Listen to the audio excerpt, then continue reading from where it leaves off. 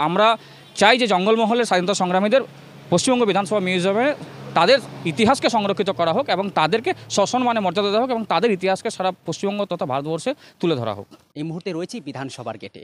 গত 4ই ডিসেম্বর রাজ্যের মুখ্যমন্ত্রী একটি মিউজিয়াম উদ্বোধন করেছেন, কিন্তু অভিযোগ করছেন জঙ্গলমহলের মানুষ।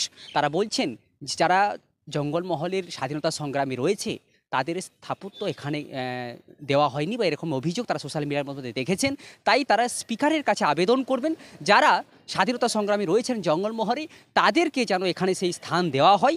সেই জন্যই তারা আজকে তাদের চিঠি দিচ্ছেন। কথা বলবো কি আবেদন নিয়ে তারা আজ স্পিকারকে চিঠি লিখছেন। সবাই কেন আসছেন, কি বিষয় নিয়ে আসছেন যদি বলেন।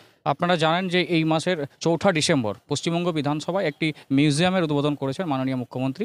তো আমাদের যে ভারতবর্ষের যে স্বাধীনতা আন্দোলন, সেই আন্দোলনের যে সকল বিভিন্ন স্বাধীনতা সংগ্রামী সেই ইতিহাসকে সংরক্ষণ করা হয়েছে।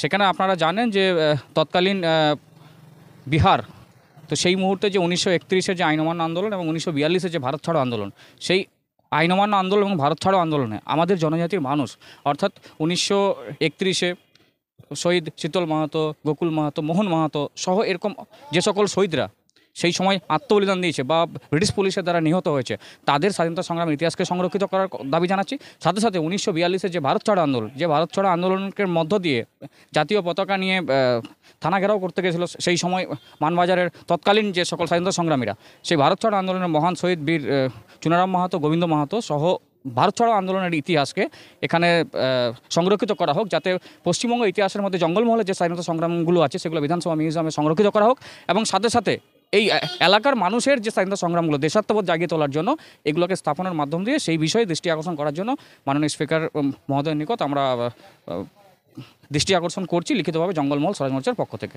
কেন এই মিউজিয়াম উদ্বোধন হয়েছে, এখন কি তাকে সেই জায়গায় কি স্থান দেওয়া হয়নি?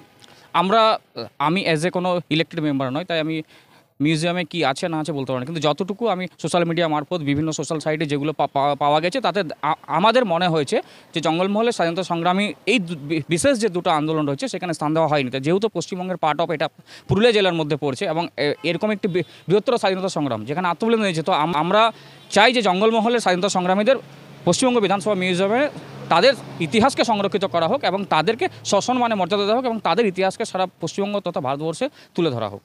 এটাকে মুখ্যমন্ত্রীর কাছে দাবি জানাবে? এটা যেহেতু বিধানসভার বিষয় রয়েছে তাই আমরা মাননীয় স্পিকার মহোদয় এবং সেক্রেটারির কাছে পরবর্তী সময় আমরা মুখ্যমন্ত্রীর কাছেও দৃষ্টি আকর্ষণ করব, কারণ যেহেতু রাজ্যের মুখ্যমন্ত্রী মাননীয় মুখ্যমন্ত্রীর নিকট অবশ্যই দৃষ্টি আকর্ষণ করব। কি নাম আপনার? আমার নাম অশোক মাহাতো, আমি জঙ্গলমহল স্বরাজ মোর্চার কেন্দ্রীয় সভাপতি।